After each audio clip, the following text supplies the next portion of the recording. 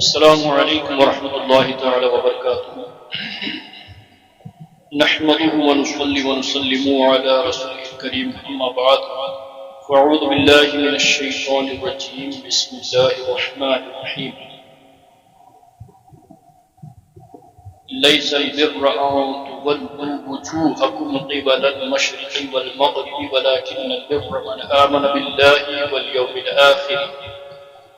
واليوم الآخر والملائكة والكتاب والنبيين وآتى المال على حبه ذوي القربى واليتامى والمساكين وابن السبيل والسائلين وفي الرقاب وأقام الصلاة وآتى الزكاة صدق الله العظيم وصدق رسوله النبي الأمين المتين الكريم ونحن على ذلك لمن الشاهدين والشاكرين والحمد لله رب العالمين بڑی الصلاۃ والسلام علیک یا رسول اللہ صلی اللہ تعالی علیہ وسلم۔ شیخ الاسلام ٹرسٹ جموں سر کی جانب سے ہونے والے ہفتہ اجتماع کے اندر ہم اور آپ شریک ہیں۔ رب قدیر ہم سب کی حاضری کو اپنی بارگاہ میں قبول و منظور فرمائے، علم دین سیکھ کر اس پر عمل کرنے اور دوسروں تک پہنچانے کی توفیق عطا فرمائے۔ یہ آیت مبارکہ جس کی میں نے تلاوت کرنے کا شرف حاصل کیا ہے سورہ بقرہ کی آیت نمبر 177 ہے، دوسرے پارے کی آیت مبارکہ ہے۔ اس کا اوپری حصہ جو شروع کا حصہ ہے آیت مبارکہ کا، اس کی تفسیر میں پہلے بیان کر چکا ہوں، ترجمہ پیش کر رہا ہوں تاکہ آگے ہونے والی گفتگو وہ آپ سمجھ سکیں۔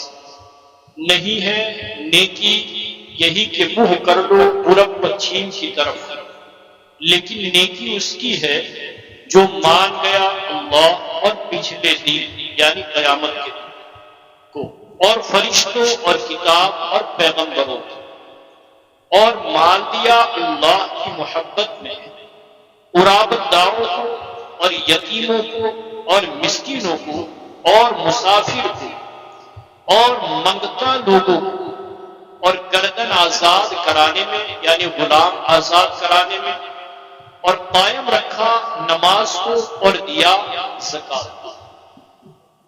میں نے یہاں تک جتنا ترجمہ کیا اتنی آیت کریمہ میں نے تلاوت کی۔ اب اس کی تفسیر کی طرف ہم چلتے ہیں کہ اس آیت مقدسہ کی تفسیر میں حضور شیخ الاسلام کیا فرماتے ہیں۔ ارشاد فرمایا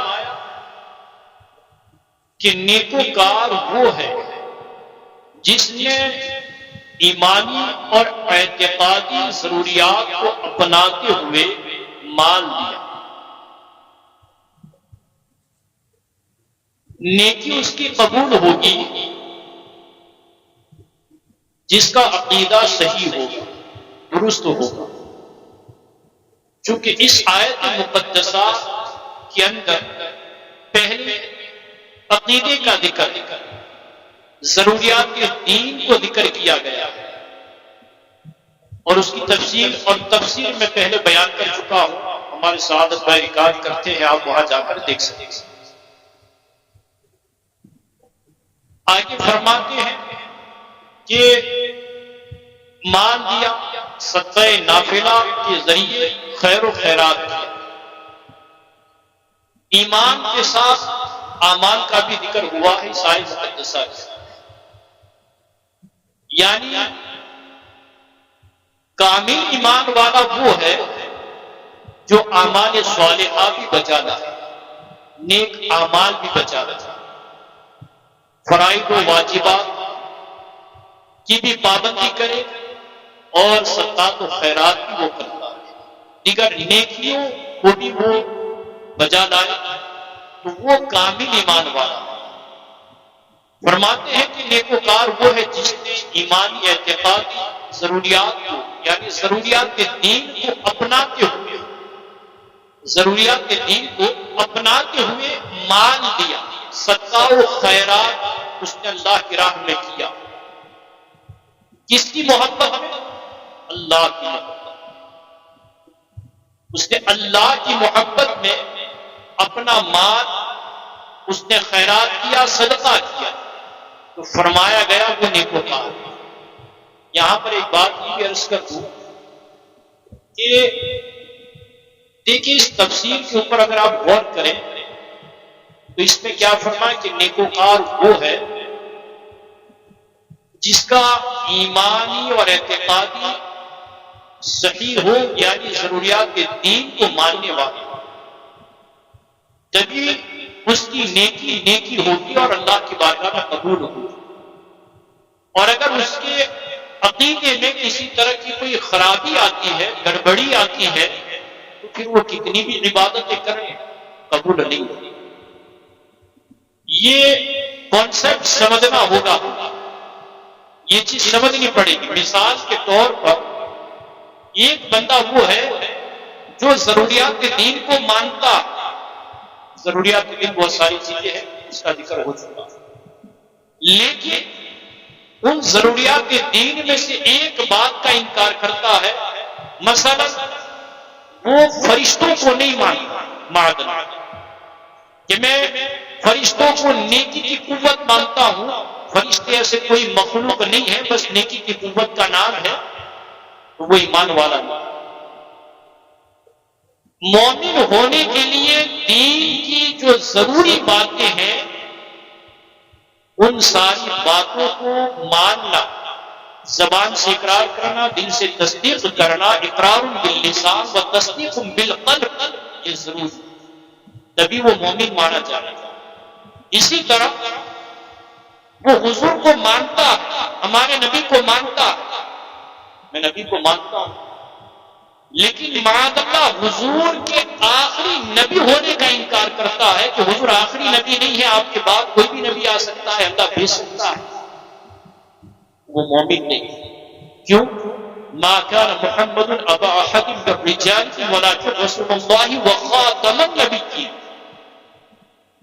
اور میرے آقا نے خود ہی فرما دیا لا نبی بعدی، میرے بعد کوئی نبی نہیں.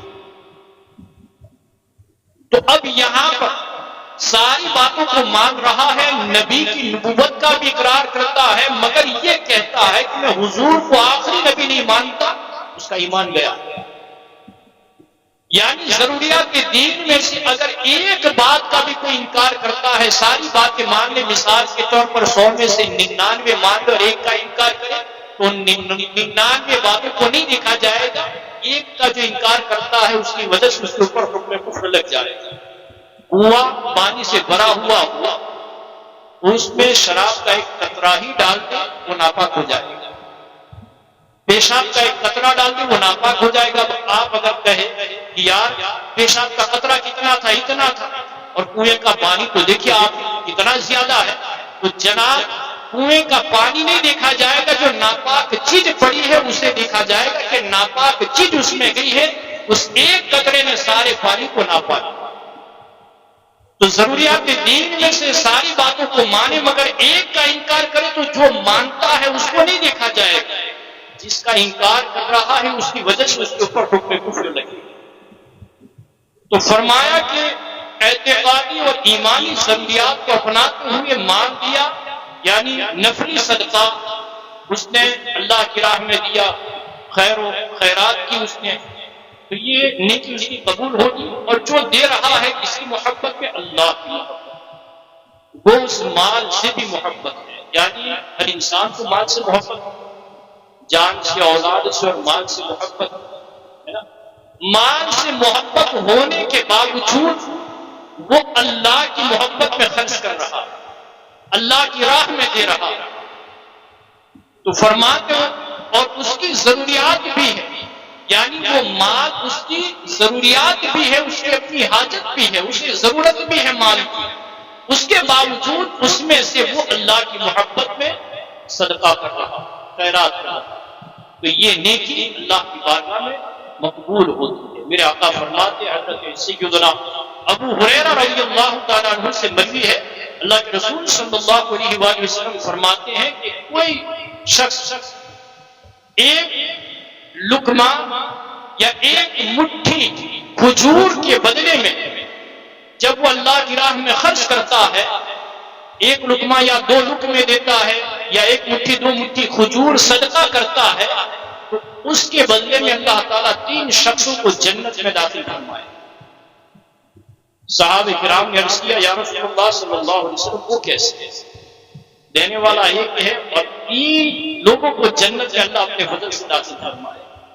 فرمایا مالک نے حکم دیا بیوی کو، بیوی نے وہ چیز تیار کی اور پھر بیوی نے اپنی خادمہ کو وہ چیز دی اور کہا جاؤ مسکین کو جا کر دیا۔ تو اللہ تعالیٰ حکم کرنے والے کو بھی، تیار کرنے والے کو بھی، اور جس کے ذریعے فقیر تک مسکین تک وہ مال پہنچایا گیا، ان تینوں کو اپنے فضل سے جنت میں داخل فرمائے۔ یعنی اگر کوئی ایک لقمہ یا 2 لقمے راہ خدا میں خرچ کرتا ہے یا ایک مٹھی یا اس کے مثل کوئی اور چیز اور کرے، ایک مٹھی کھجور اس کی کتنی قیمت ہو سکتی ہے، کتنی قیمت ہو سکتی ہے، لیکن یہ راہ خدا میں دینا کتنا عظیم ہے، اس کی فضیلت کتنی زیادہ ہے اور اس پر انعام رب کی جانب سے جو مل رہا ہے وہ کتنا عظیم ہے۔ ہم نے صرف ایک مٹھی کھجور اللہ کی راہ میں خرچ کی، اللہ اس کے بدلے میں جنت عطا فرمائے۔ اتنا بڑا انعام ہے راہ خدا میں خرچ کرنے کا۔ مسجد کی جولی جمعہ کی دن گھومتی ہے تو بہت سارے لوگ بیچارے خطبے کی وجہ سے بیٹھے رہتے اور ڈالنے والے ڈالتے ہیں، الحمدللہ دینے والے دیتے ہیں، مگر جو جولی لے کر گھوم رہے ہوتے ہیں انہیں معلوم ہوگا کہ کون دیتا ہے کون نہیں دیتی۔ وہ سارے ایسے بیٹھے رہتے ہیں، نہ خالی نہ جانے، کچھ نہ کچھ اس میں ڈال دیا، کم از کم 1 روپیہ ہی ڈال دیا۔ دینا تو اللہ کی راہ میں، اللہ کی راہ میں۔ ہم باہر ہزاروں روپیہ خرچ کرتے ہیں اپنے دوستوں کی محبت میں، اہل و عیال کی محبت میں، اللہ کی محبت میں اتنا خرچ نہیں کر سکتے۔ وَمِمَّا رَزَقْنَاهُمْ يُنْفِقُونَ، اللہ فرماتا ہے ہم نے تمہیں جو رزق دیا نا اس میں سے خرچ کر دیا۔ تو ہم جو خرچ کر رہے ہیں اللہ کا جو دیا ہوا رزق ہے اس میں سے خرچ کرتے ہیں اور اسی کی راہ میں دینا۔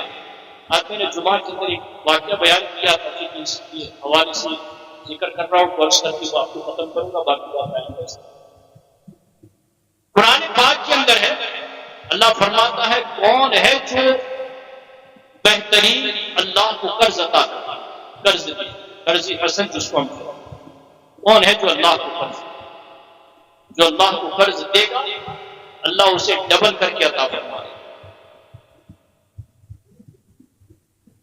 حضرت حداد رضی اللہ تعالیٰ صاحب کے رسول جب آپ نے اللہ کا یہ حکم سنا تو حضور کی بارگاہ میں آ اور آ کر عرض کرتے یا رسول اللہ صلی اللہ علیہ وسلم کیا اللہ ہم سے قرض مانگ رہا؟ حالانکہ اللہ محتاج نہیں، مگر یہ کہتے ہیں نا کہ رحمت کے حق بہانہ بھی جویت، اللہ کی رحمت بہانہ ڈھونڈتی ہے، رب کی رحمت تو چاہتی ہے کہ کسی طرح سے میرے بندے بخش جا، ان کی مغفرت ہو جائے۔ تو میرے آقا نے فرمایا ہاں۔ وہ حضرت حداد رضی اللہ تعالیٰ عنہ عرض کرتے یا رسول اللہ اپنا ہاتھ مجھے دکھائیں۔ میرے آقا نے اپنا دست اقدس آگے کیا، انہوں نے اپنا ہاتھ رکھا اور عرض کرتے ہیں یا رسول اللہ میں نے سنا اپنا بات اللہ کو قرض کے طور پر دی۔ حضرت عبداللہ ابن مسعود رضی اللہ تعالیٰ عنہ فرماتے ہیں کہ اس باغ کے اندر 600 کھجوروں کے درخت تھے، 600 کھجوروں کے درخت، ایک نہیں 600 کھجوروں کے درخت۔ اور پھر دینے کے بعد حضور کی بارگاہ میں وہ پیش کرنے کے بعد اپنے باغ کی طرف گئے، ان کا مکان اسی باغ کے اندر، باغ میں داخل نہیں ہوئے، باہر ہی سے اپنی بیوی کو آواز دیتے ام حداد باہر آ جاؤ، بچوں کو لے کر ہم نے باغ اللہ کی راہ میں خرچ کر دیا۔ یہ جذبات اور یاد رکھیں اللہ کی راہ میں دینے سے کٹتا نہیں، اللہ یضاعف لمن یشاء واللہ واسع علیم، میرے رب کا وعدہ 700 گنا تو دے گا، لیکن اخلاص جس قدر رہے گا اللہ فرماتا اس کے لیے میں جتنا چاہوں بڑھا دوں، اس کی کوئی انتہا نہیں، اخلاص ہونا چاہیے۔ بہر کہ عرض یہ کر رہا تھا کہ ایمانی اعتقادی کو قبول کرنے کے بعد، ضروریات کو قبول کرنے کے بعد اگر ہم نیکی کرتے ہیں تو وہ نیکی اللہ کی بارگاہ میں قبول ہے۔ اللہ تعالی ہم سب کو عمل کی توفیق عطا فرمائے۔ السلام علیکم ورحمۃ اللہ وبرکاتہ۔